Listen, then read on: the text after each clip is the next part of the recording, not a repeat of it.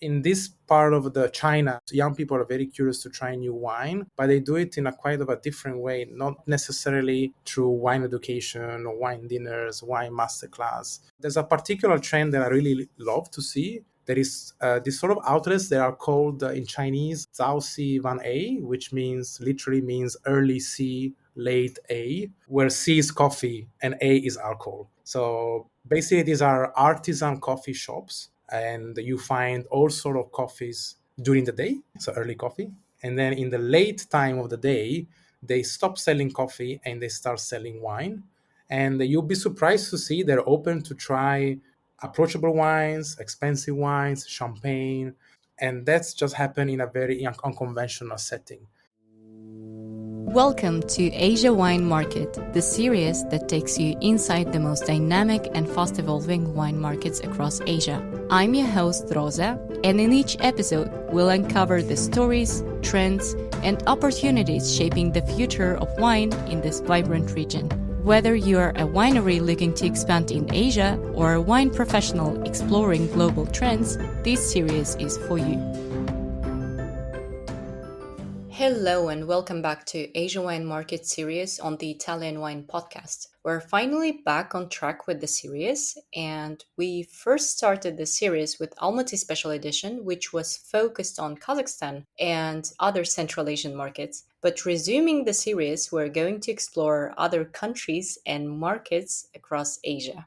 Today, we are moving to Thailand. But we're not going to talk about Thailand specifically. We're going to talk about China a lot because today my guest is Adriano Albanese. He is the Asia Pacific Export Manager for Tommasi Family Estates. Now he's based in Bangkok. Adriano began his wine journey in Scotland before moving to Beijing in 2018, where he worked as on-trade sales manager at East Meets West Fine Wines, one of China's leading importers. So welcome, Adriano. We're very happy to have you here today. I'm very happy to be here. Hello, everyone. Another thing that I would like to say that Adriano was the first ever person who interviewed me for a wine job. And you're interviewing me back now, which is great. Yeah, but the interview wasn't great because I didn't get accepted.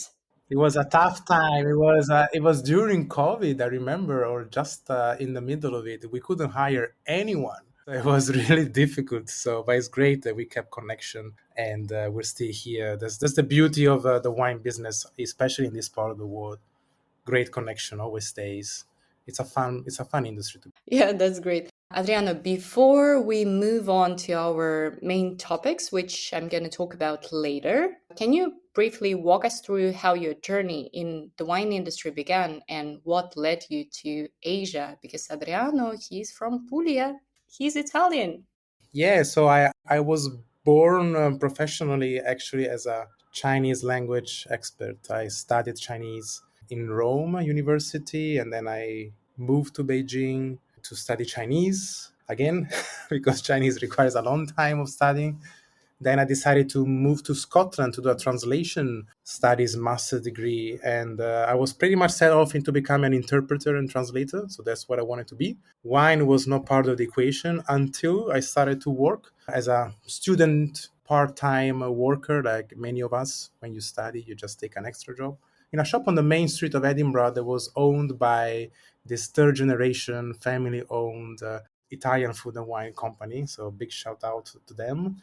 Then after a while, they asked me to be in charge of a section of the shop, which was whiskey and wine. It was my favorite. So I was pretty much fond about whiskey, but I didn't know much about wine. And they offered me to study wine. So I said, okay, sure, let's do that. And they offered me a WSET 2. And that's where, boom, the universe of wine appeared to me, and I was just in the middle of thinking about a dissertation topic, and I was thinking, oh, maybe I could put wine and Chinese together, and I was able to do it. So yeah, shout out to them, to Valvona and Crolla. They started my journey, and after a little bit, I did my level 3 as well in Edinburgh. I became very passionate about wine, and I was realizing how I was losing my Chinese at the same time. My wine knowledge was going up, my Chinese was going down. And I decided to go back to China, and I found a job for East West Fine Wines while I was in Edinburgh, and I moved there in 2018. You stayed within the company for 6 years, right? For 6 years, yeah, almost 6 years. So I joined end of 2018, just at their 15th anniversary. I remember it was great. On the first week, we had all the producers coming over, and then after a bit, COVID started, and I stayed in China, resisted through COVID, managed the on-trade channel in Beijing, started taking care of marketing at the same time, getting into studying diploma. I was getting busy, less busy, and after a while, I was really started to think about moving to the next step, moving away from working for a wine importer, and that's how the opportunity with Tommasi Family Estates came up. And together with that, also the relocation to Thailand.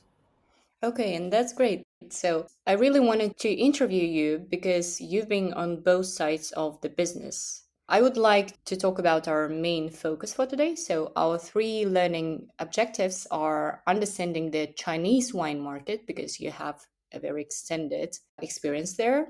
And also, we are going to explore Italian wine's growth in Asia Pacific, the whole region in general. And also, we are going to gain some practical insights on partnerships and long term strategy, given your experience, current experience with Tommasi now. So let's start with your work with the importer EMW Fine Wines. So it's one of the major players in Chinese distribution network of wine. And what did you learn there about how importers operate and what makes a successful partnership with foreign wineries for importer in China? So East Meets West Fine Wine, I think they're just a bit more than 20 years old in the industry. They are one of those nationwide wine importer with a very strong focus on the on-trade channel. It's one of those companies that they have usually a head office and a main warehouse in Shanghai with branch offices around China in the main city. So I was working in the branch office of Beijing, where we had our own warehouse, our own marketing department, and then regionally we would have in North China some sales rep in other second tier city, like for example Xi'an or Dalian, and so on. So working for EMW was great because if in Scotland I learned about wine, in China I learned how to sell wine, how to become a salesperson. The way it works is that for the main cities where you have your own team, like myself, for the on trade, this company do their own direct distribution. So their own salespeople, their own marketing, their own logistics will deal with the restaurants, hotels, private customers, distributors, and so on. Then once you start moving outside of the big cities, more often you will do some agreement with some regional distributors and our own back then sales rep in EMW, they would sort of support the distributor into opening accounts and promote the sales. Usually, these kind of importers like EMW, most of the brands they've been with them for more than 10 years, if not 15, or if not from the very beginning. So that's the style of the company I was working for. Definitely working for them. Being on the other side, I've seen a lot of winery representative or export manager coming over. So I would notice that a great partnership with a winery was always with the wineries that would visit the market often. As a salesperson, you would sell the wine of the people that you see more often. So if the export manager comes often in your market, if they give you enough material, if they give you indication on how the wine should be sold in what channels, also giving inputs based on what is done in other different market of the region. So that was a great examples in my previous part of the career was really coming from this sort of people, sort of wineries. Mhm. It's actually our first episode on Chinese market. Can you give us an overview of the Chinese market in general, its key players besides EMW, some of the consumer trends that you're seeing recently, and how it has evolved over the past few years? Sure. So China is a huge market with extensive differences from north, south, east to west. So in a way, you can pinpoint different players, starting from the most famous, which is the state-owned company, which is the wine branch of COFCO. They even have more than 500 retail outlets across the whole territory. Then you have the companies like EMW, so which are own trade oriented nationwide importers. They work with the brands, they sign agreements with hotels to make a wine list together. Then you have also sort of a mid-size, what I call the specialist wine importers. They only do one category of wine, so it can be Italian wine, Spanish wine, natural wine, champagne, and so on. They're usually stronger in a number of regions, not nationwide. Then you have the regional importers, so people that are active in one region only, for example, Guangdong or Zhejiang, where you have the community of the Chinese that lived in Italy before, so Wenzhou city, for example. They import some wine, but they also distribute wines from other importers. Then obviously you have the big retail players. So you have some players like Sam's Club or Costco. They make their own private label wines, which where is the majority of the volume coming from there. And they also buy from nationwide importers. They do also online. And online is big. Online has become really the biggest thing in China for wine since COVID, because when restaurants were closed, everything switched into online. So you have different kind of players in online. You have those that are big scale online retailers. They sell all sort of things, but they also have their own wine branch. For example, Jingdong or Taobao, for example, you people they also sell wine over there. They do their own importing, or they also do some distribution. You have also something very new in China that is called the so-called instant wine retail. So basically, the delivery apps from where you would normally buy food, like snacks or your meal, they also developed a sort of like instant wine delivery. So you're able to order a bottle of wine and get it chilled within 30 minutes, wherever you are. So restaurants, home, anywhere. They are able to do so because they have other big capillarity in terms of warehouses, or they also make deals with other logistic partners and other operators to maximize the coverage. Usually, the wine that you find here, they're kind of lower price point, conservative selection, Chardonnay, Pinot Grigio, Cabernet Sauvignon, sort of like grape variety more than appellation. And then you have the KOLs, which are at the same time KOL and also salespeople. So they're a combination of content creation, a bit like in the Western world, but they do it, of course, in Chinese social media, like a Little Red Book or a Douyin.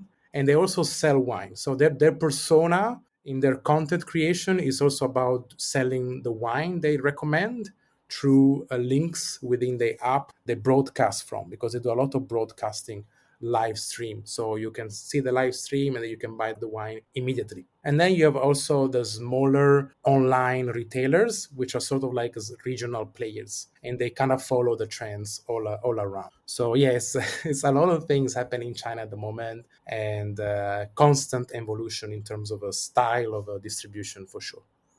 And also here, I would like to break down a bit. Like, usually, when a new winery goes into the market, they look at the biggest cities. So, could you give us a small breakdown of the major wine selling cities where the wine scene is more developed? So historically, for historical reason, Shanghai is definitely sort of the gate to enter for top value wine destination. So we're talking about higher price point. Shanghai is the lifestyle center of China. So all the trends from fashion, food, anything, they start in Shanghai first. It's a sort of like westernized market for many people. They like to see that. There's a lot of expat community, a lot of investment from foreign brands. That's where you get big value. And also as well in the region of Guangdong, which is the wider region close to Shanghai. You also have a strong wine importing strength from Zhejiang, which is the region just on the west of Shanghai, with regional importing. I was living in Beijing, so Beijing is a bit different because Beijing is closer to the historical center, so much more conservative, much more price sensitive, so the price point is a bit lower. And you have a different style of wine outlets. They tend to be in the little old neighborhood, and at the same time, you also have the biggest restaurant and hotel players that have been there for many, many years. So less of a new opening trend that you get in Shanghai. But then the most interesting part of China, I believe, is really outside of the big cities. So what do you call the second tier cities or the new first tier cities, which are in between the first tier and second tier. Because here the cost of life and the operational cost is lower, people tend to have a better, higher disposable income. And they tend to be also more relaxed in the lifestyle, so they're more open to try new things. So the new restaurants, the new model of wine consumption usually is getting more vibrant in these cities. An example of this city can be Xi'an in the north, the terracotta army city, Xiamen in the south, or Hangzhou, which is just 30 minutes train ride from Shanghai. That's actually a very good point. I think, like, for those wine producers who are listening to this episode, they have to keep that in mind that China is huge and they need to have a look at second tier cities to try, like, to enter. Okay. And right now, like, in the wine industry, there is a lot of talk about different trends going on. So you mentioned e-commerce already, but besides that, what do you think about some other talks? For example, younger consumers, younger generations. We talk a lot about premiumization. So, what about these trends? How are they evolving in the Chinese market? And also, how do you see those trends evolving in the future? Or maybe something else? I was able to, when I was traveling outside of the main cities, just to follow what you said before, more often, winery people, they have a very limited time in China. So they give their importers 3, 4 days. And obviously, the importers, they feel they just need to take them to the biggest city. But when you return and you're able to see other cities and you can travel across these sort of second tier cities, and that's where I could see very interesting new trends, and where the age of the people I was talking to was my age or even lower. So I'm 34. I will find people sometimes much younger than me opening their own wine outlets. So in this part of the China, people, they are very curious. Young people are very curious to try new wine, but they do it in a quite of a different way, not necessarily through wine education or wine dinners, wine masterclass. There's a particular trend that I really love to see. There is these sort of outlets that are called in Chinese Zhao Si Wan A, which means literally means early C, late A, where C is coffee and A is alcohol. So basically, these are artisan coffee shops, and you find all sort of coffees, own roasting machines even during the day, so early coffee. And then in the late time of the day, they stop selling coffee and they start selling wine. Very simple setting. Often you're sitting by the street with a little chair, portable chairs. Food selection is very limited because they don't have a kitchen, so they just do pates or little sausage or sometimes Chinese pickles, and you pair that with wine, and you'll be surprised to see they're open to try approachable wines, expensive wines, champagne, all sorts. And that's just happened in a very unconventional setting.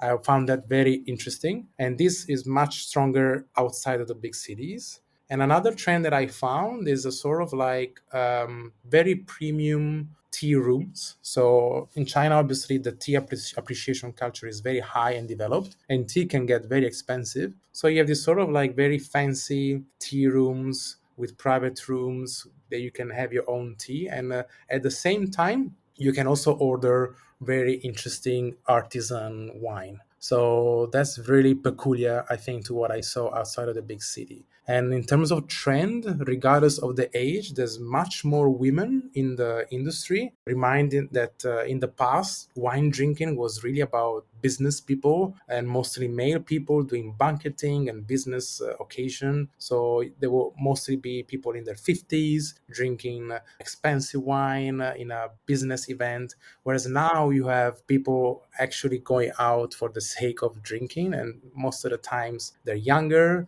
they're women, and they have different palette from the people that I was mentioning before. So more curious, more open, definitely something to keep an eye on. And that's showing in the numbers because you get more white wine coming popular in China. You also have a wine of a different style, much less full body, more approachable. Absolutely. So there's a lot of things changing, but in different locations at the same time.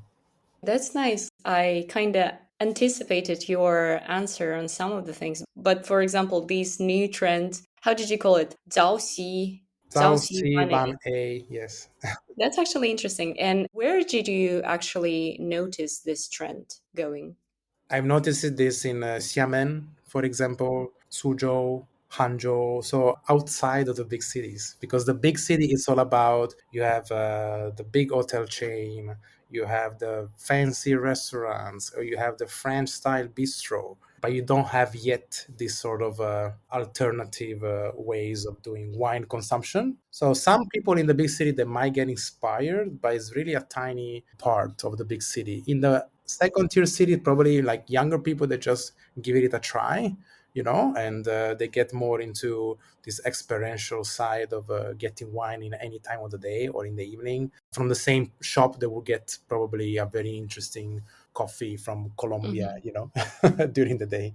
Great. And thank you so much for sharing all of your insights. I would love to continue talking about just about China, Hmm. but we have limited time. So that is why I would like to move to your current work with Tommasi Family Estates. Let's talk about your experience on the other side of the business. So could you please describe Tommasi Family Estates' overall presence and priority markets across this region, the Asia Pacific, and like which countries or regions are most important today for the company? So Tommasi Family Estate is a family-owned group of wineries across of different wine regions. So actually, when I moved to the other side, as you said, I found myself with an interesting catalog of 9 brands. So with also very dynamic. We just launched a brand called Amura from Etna, but obviously we are recognized strongly in the region for the Tommasi Valpolicella brand. So in short, the Amarone Tommasi brand. So that's quite well distributed and recognized across Asia Pacific. Although we can still strengthen the current partnerships, but my work is also to develop the distribution channel for the other Tommasi Family Estates brands. So it could be our Puglia brand, Masseria Sorani, it can be our Montalcino brand, Casisano, and so on. So different markets are more or less receptive to the different brand because obviously we also have competition in the market. Certain markets are more or less ready to other additions. I would say overall our priority markets at the moment are the East Asian sub-region, so Japan and South Korea, China obviously, and the Southeast Asia where I'm based now. So I would mention Thailand, Vietnam, and Cambodia at the moment. So you talked about the regions, but which channels perform best for Tamazi right now? Overall, again, because of the historical trends that the imported wine anywhere in the region was going through an importer specializing in restaurants and hotel, I would say overall we are strong in on trade in different markets. But the markets are changing. So there is a shift from on trade premises to off trade, and we are following the trend. So we are reactive to the change in the market and also supporting the importer new needs of placing our wine in different channels. So, for example, China was for us traditionally strongly on trade, but now we also have a solid presence in the online channel. Or another example where I'm living now is Thailand. We have a sort of like a multi-channel presence. So we work in on trade with the Valpolicella wine, but then we are strong in retail with the Amarone or with the Thai restaurant, for example. We work a bit with the approachable red and white wine. So, yeah, we tend to develop in a way that is coherent with each different market. Okay, so you just mentioned the differences because Asia Pacific it's a big region, so you cannot just use the same template in every country where you are present. Have you noticed any particular buyer profiles or preferences that stand out across Asia? Like just several examples that you noticed. Sure. I think right now the historical moment worldwide about wine importing is affecting all the buyers in a way that the people we talk to, so the marketing manager, the buyers, the purchase people, they really want to focus on finding a wine that is matching the drinking behavior of their final consumer. So, in short, it's not really about what is our wine like, but how, when, with who, where this wine can be drunk or served in their country based on their own tradition. So, for example, I always make this example that people see Thailand as this very hot country. tropical country, and people would assume that we sell more white wine here because people think, oh, it's so hot. How can you drink Amarone? But you'll be surprised to find that full bodied, high alcohol, fruit driven red wine is very popular here because it's probably the biggest part of the Italian wine business. Why? Because yes, Thailand is hot, but if you go anywhere in Thailand, you have a crazy AC, cold temperature everywhere. So you are very comfortable wherever you are drinking wine, eating food. And the Thai palate is really used to this sort of like a fruit driven, richer flavor. Because if you think about what's the most popular fruit here is a mango, pineapple, coconut. So their palate is really used to this sort of a smooth profile. So yeah, full body reds here work very well. And that's what people are looking for. Even though, yes, of course, white wine is growing, but that goes more into different channel. So that's Thailand, for example. What I noticed in countries like Japan, South Korea, Singapore, people are really knowledgeable about who is a very reputable producer of a specific region or country, and they are very reactive towards rating. So if your rating from the major wine critics are pretty high, then they would use that as a sales tool, which is not the case in other places, for example. And the Chinese consumers, they, for example, they have a different way to approach wine. Yes, in the past was more towards reputation and prestige of a specific appellation, but now I think they react positively to a general reputation of a region or a style of wine. For example, Burgundy is big because Burgundy has a nice reputation of a quality region or a grape variety. For example, us as Tommasi, we are strongly recognized as a quality producer of Amarone in Veneto, in China, because they know Veneto, they know what Amarone is. So, and that's more changing in other countries. For example, Indonesian, Malaysian, much more flexible. All what I said before doesn't really apply. So it's really about, how the wine is, the flavor profile, if the price is correct, and also the way of doing businesses is different, absolutely, in each country. Okay, thank you. And here I would like to make a switch to Valpolicella and Amarone specifically. We know that, especially for certain Asian countries, Amarone as a style is very appealing because of the flavor profile, because of the structure. But also, what about Valpolicella in general? Could you please tell us, as a representative of the winery, how do you usually communicate the story of the state or the story of the wine region, let's say? So, what I usually do, and this applies mostly everywhere, because, yeah, as you said, Tommasi is recognized as an Amarone producer, and also our even the label of our Amarone is recognized. So, you really have a strong branding when it comes to Amarone della Valpolicella Classico from Tommasi. But then, yeah, as you said, what about Valpolicella? What about Ripasso? So, what I do is first, I try to give a breakdown of our characteristics. So I usually start saying to people, where is the winery? And I literally take a map. Most Asian people, they've been to Italy. They've been to only a certain number of cities in Italy, but they've definitely been to Venice and Milan. So I show them we are in Verona, which is right in the middle of Milan and Venice. So next time, come visit us. I show them videos of the cities and I explain how Verona is a food and wine center of Italy. And that's when I move towards the Valpolicella as a wine region. Then what I do, I also explain who we are as Tommasi. So the concept of being a family owned winery and being also have a long history because now Tommasi is at the fourth generation, fully family owned and management. It's a concept that surprisingly is very recognized in the Asian market. It's very relatable. In most of these countries, people do family businesses. They recognize what that means. They recognize the advantages of having a family businesses. They recognize the quality and the value in that. So that's really opening a big door for when I communicate about Tommasi and Valpolicella. And then I move to explain what we do as winemakers. And we have a unique winemaking style, which is the appassimento process. So that's what really people get super interested about because most of the wine around the world is done with fresh grapes, but yet in the Valpolicella with Amarone, we dry grapes for 100 days, and that's really interesting for many people. And on top of that, the Valpolicella region really covers a lot of style of wines. So we have the Valpolicella, approachable fresh red, the Amarone on the other end of the spectrum, and then we have the Ripasso in between. No, so it's kind of helping people to have different choices for different palettes. So in a way, it's easier to understand because people are used to sort of like a option, like option number one, option number two, option number two and three.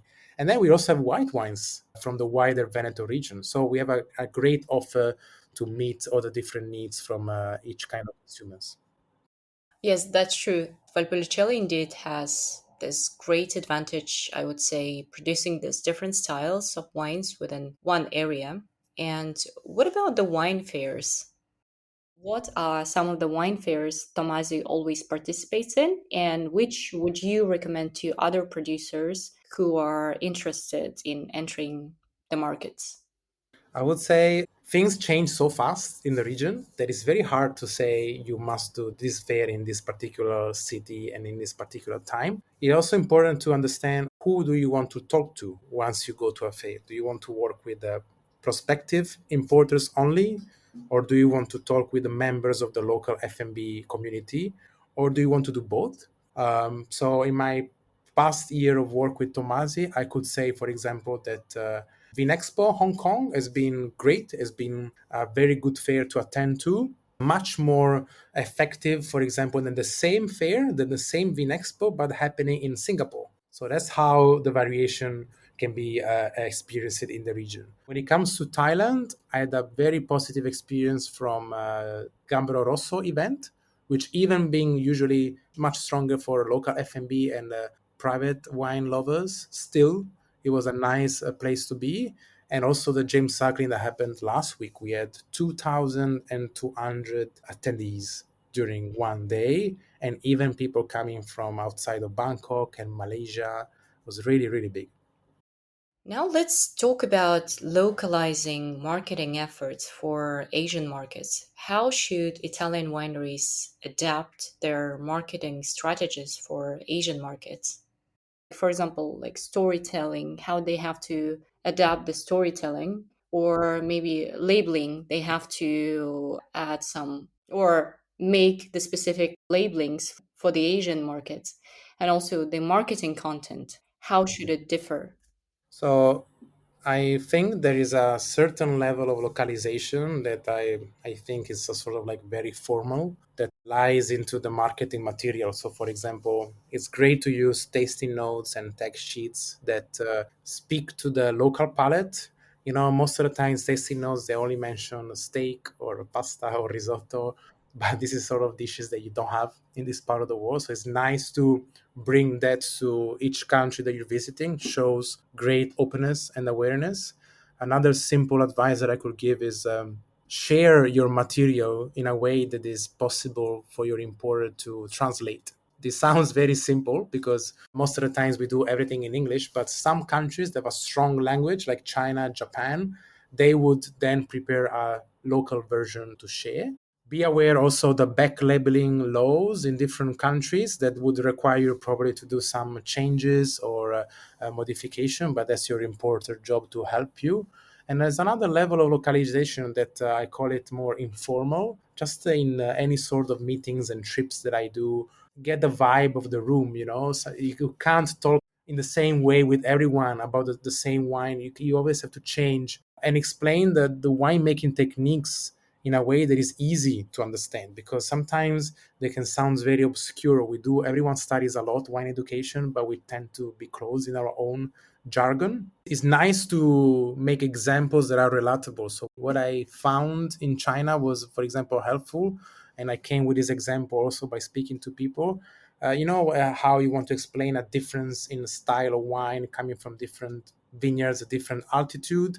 It's very hard to explain that in a technical wine way. So, but then I realized China is a strong tea culture. So people understand that a tea plantation in a high altitude region has a certain kind of characteristics that are more fine and refined compared to the tea coming from the lowland. So that's what I do. I just make example to make understand similarities.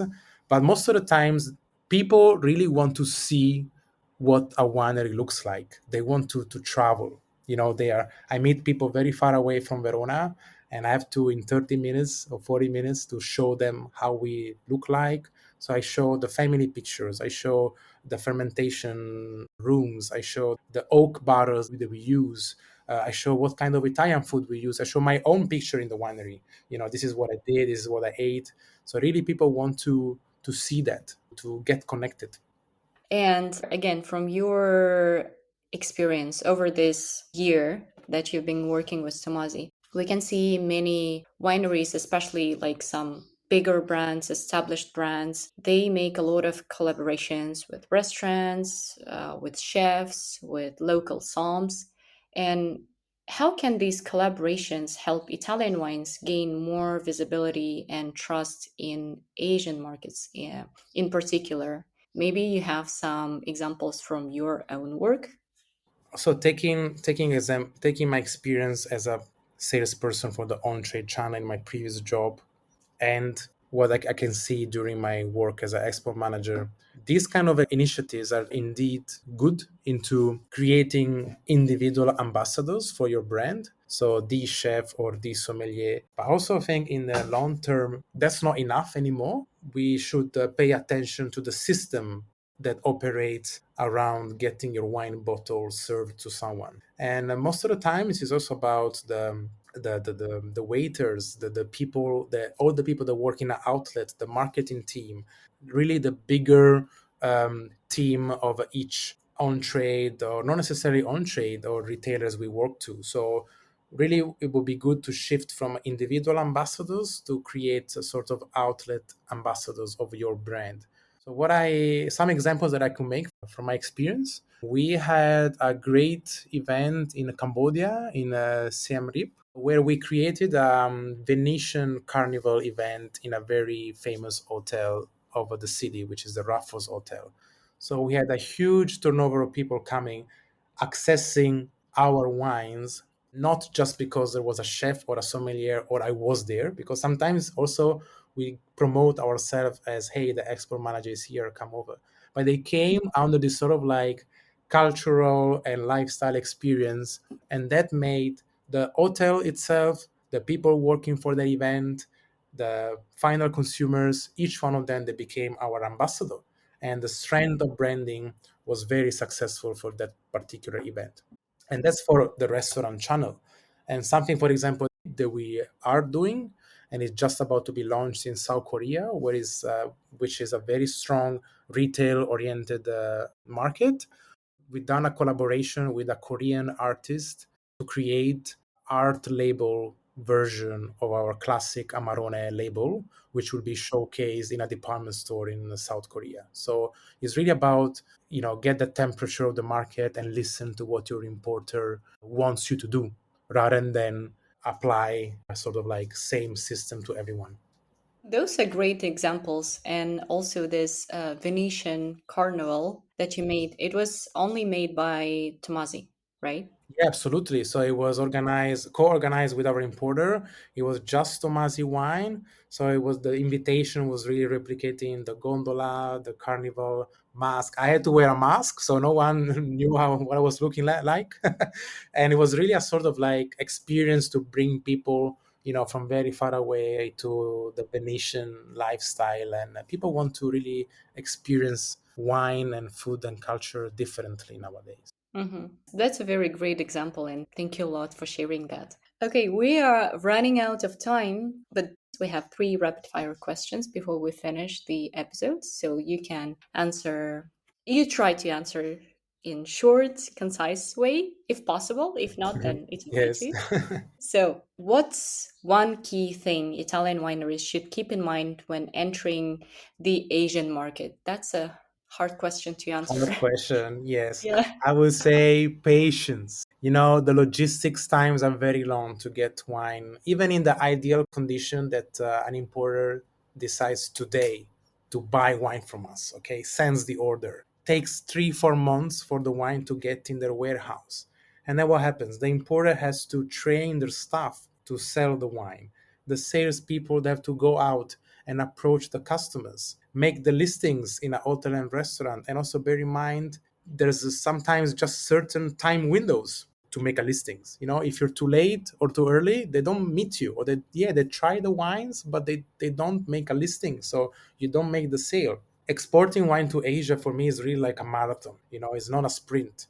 You need to be present, you need to listen, wait, get people to come with ideas, get creative, act as a jolly. You're not just an export manager, but sometimes you need to be aware of the logistics side, on how the customs work in each country, how the marketing works. For example, in certain country, they really value boxes, gift boxes for the wines. Okay, Hmm. so maybe you need to think about a gift box for a specific wine that you wouldn't do in other countries.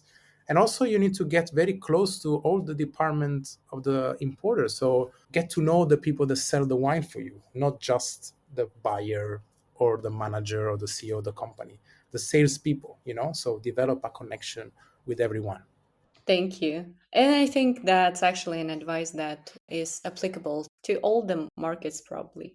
Okay, if you had to pick one Asian market with the most untapped potential for Italian wines and one that's already pretty saturated, which would they be and why?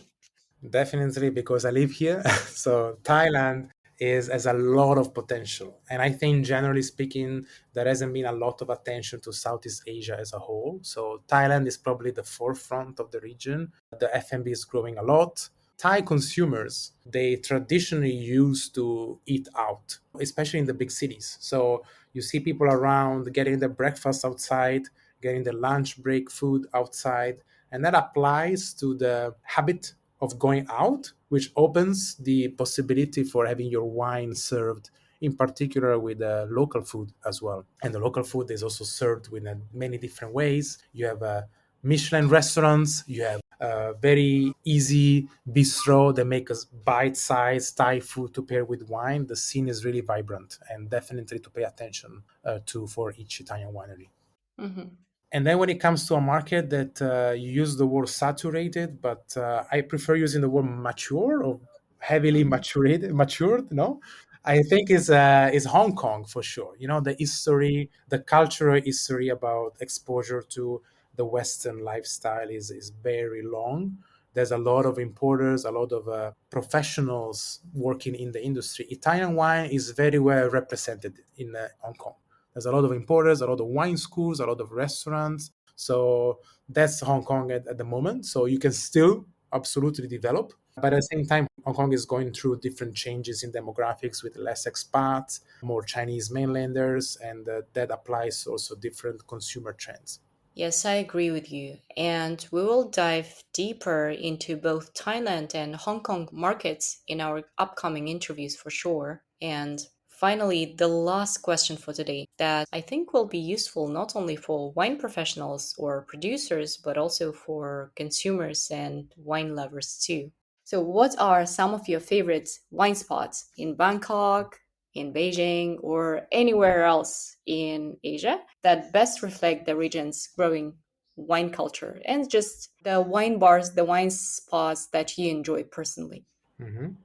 So when it comes to my old city, to Beijing, whenever I have a wine person that asks me where should I go for wine, obviously people want to have Chinese wine. There is a place called Zudol, so like noodle, but instead of an N, a Z, Zodle, and it's a wine bar that only has Chinese wines, quite in a central location, paired with the Chinese noodles. So again, an example of something that wine goes with some very simple local food.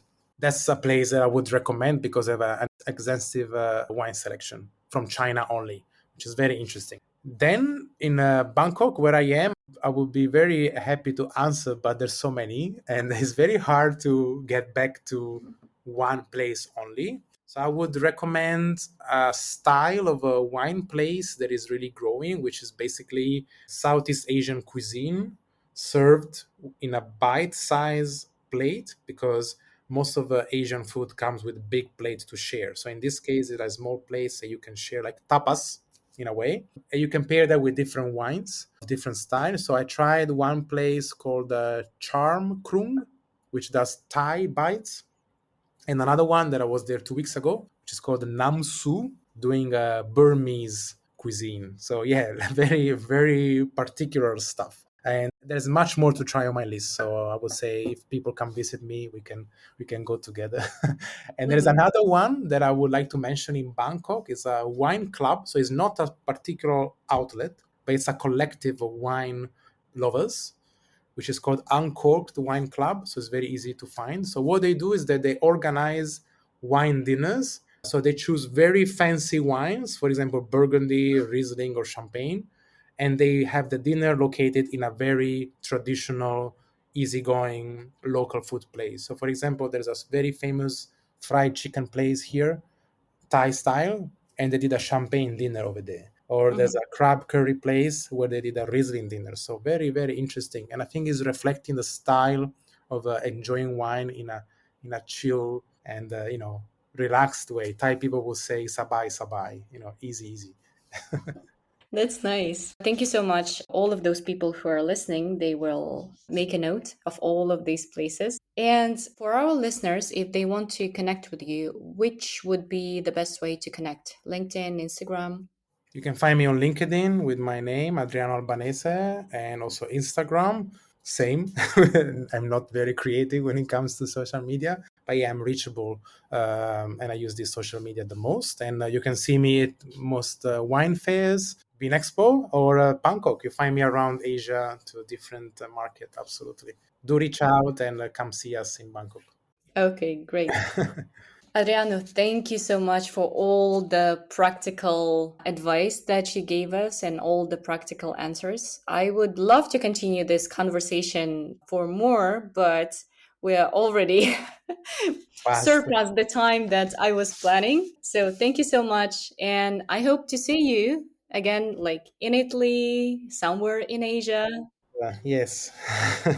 and come to Kazakhstan to visit too. Absolutely. Yeah, I should plan. I think there's a direct flight also now, so even better. Yeah. Okay. Thank you so much. And ciao. Ciao, see you soon. Ciao.